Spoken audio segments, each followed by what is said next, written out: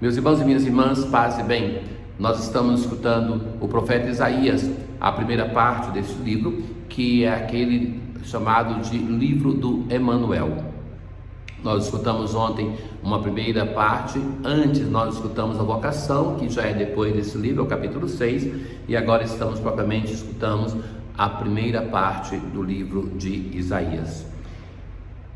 O profeta se refere ao momento histórico em que a Síria vai se unir ao reino de Israel, e então Acaz, rei de Judá, ele vai ser muito tentado a unir-se à Síria para combater a Síria e Israel. Então é nessa situação que o profeta vem para dizer a ele como proceder. Então, naquele momento, a Síria e Israel marcham para atacar Jerusalém, que é a capital de Judá. Então tremeu o coração do rei e de todo o povo. Então o Senhor vai dizer a Isaías: vai ao encontro de Acaz com teu filho Sear e Assub, que quer dizer um resto voltará, é o filho do profeta, até a ponta do canal na piscina superior. Então o rei vai estar naquela parte que é a mais frágil de Israel, de Jerusalém, e ali o profeta vai se encontrar com ele e vai estar com seu filho, que é já um sinal, um resto voltará, ou seja, para mostrar mais uma vez aquele termo que nós já escutamos em um dos profetas, que é este resto de Israel, essa pequena porção. Na piscina superior, e dirás ao rei: procura estar calmo, não temas, nem estremeça o teu coração por causa desses dois pedaços de tição fumegantes. Assim ele se refere à Síria e a Israel, que parecem exércitos potentes, mas não são nada diante da força do Senhor. E vai dizer para o rei Acaz que não tenha esperança em uma força humana como aquela da Síria, mas que ele deve depositar a sua esperança em Deus.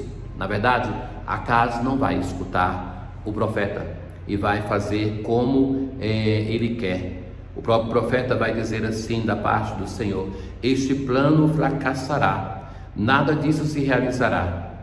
E que vai dizer que aquelas nações que estão indo contra Jerusalém, elas não resistirão, que se destruirão.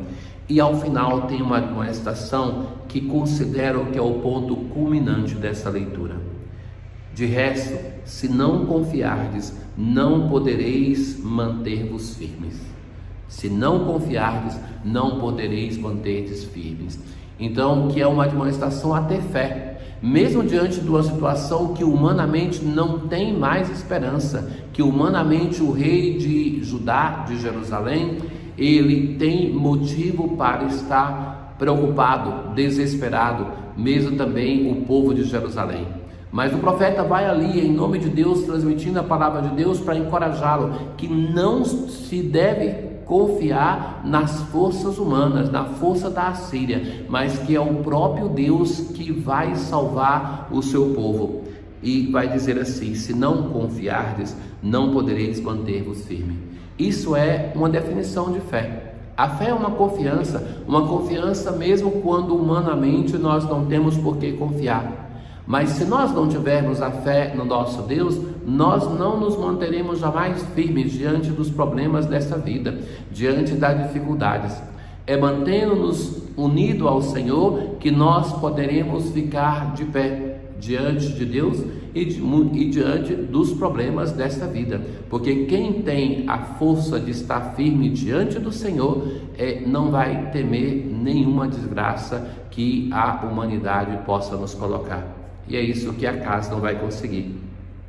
No Salmo responsorial de hoje, o Salmo 47, nós assim rezamos: grande é o Senhor na cidade onde Ele mora. A cidade é Jerusalém.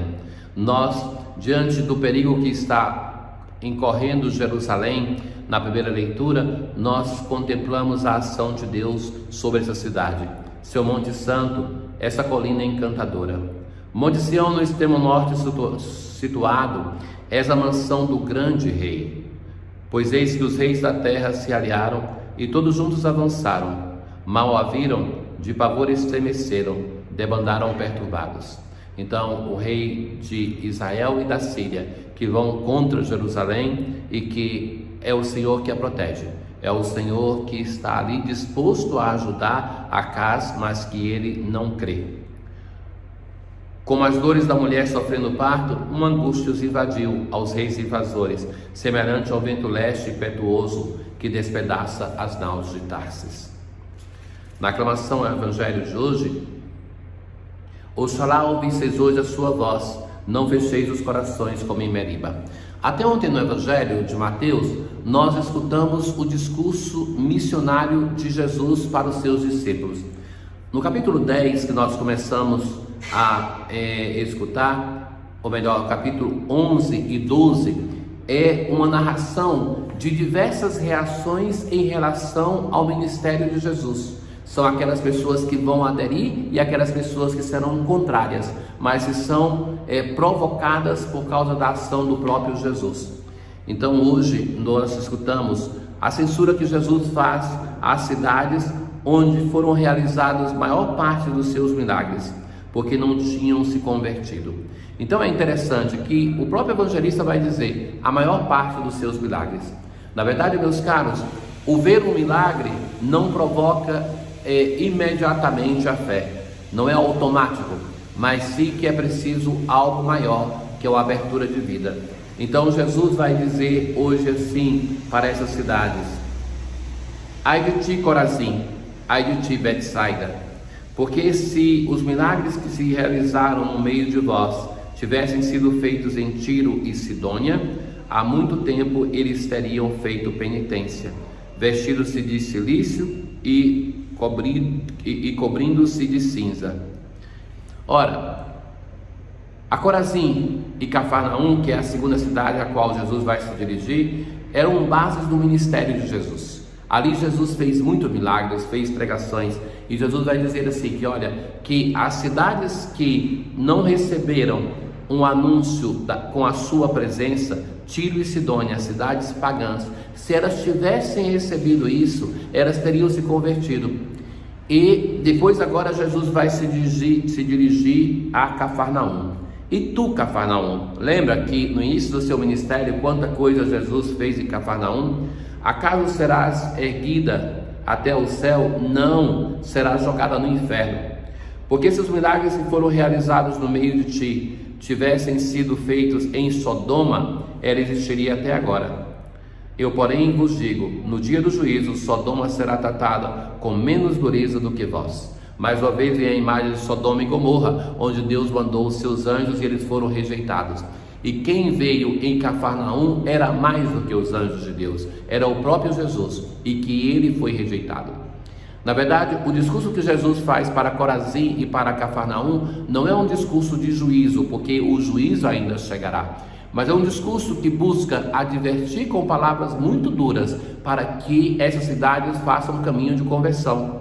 Então, que isso vale, se valeu para Corazim e Cafarnaum em relação a Tiro e Sidônia, em relação a Sodoma, muito mais, meus caros, vale para nós, porque nós tivemos tudo aquilo que os apóstolos tiveram e ainda mais. Nós temos uma compreensão da revelação que supera aquilo que os apóstolos tiveram, e tivemos os mesmos nós. A força do mistério pascal, da sua plenitude com a vinda do Espírito Santo, então de nós também o Senhor vai cobrar uma conversão, porque se para outras pessoas tivesse sido feito a mesma coisa que foi feito para conosco, essas pessoas teriam feito um caminho de conversão. Quantas vezes nós vimos o Senhor atuar na nossa vida? Se nós desejamos os milagres físicos, saibamos que Jesus os faz como sinal de um milagre maior. E nós fomos atingidos por milagres que nós às vezes nem percebemos na nossa vida e por grandes milagres na nossa vida cotidiana. Hoje, na oração da coleta, se rezamos: acolhei, ó Deus, as oferendas da vossa igreja em oração, e fazer crescer em santidade os fiéis que participam deste sacrifício, para que nós, em participando da Eucaristia, possamos ir nos transformando na imagem de servos, de discípulos, de amigos, como Deus quer. Tenham todos um bom dia. O Senhor esteja convosco, Ele está no meio de nós. Abençoe-vos o Deus Todo-Poderoso, o Pai, o Filho e o Espírito Santo. Paz.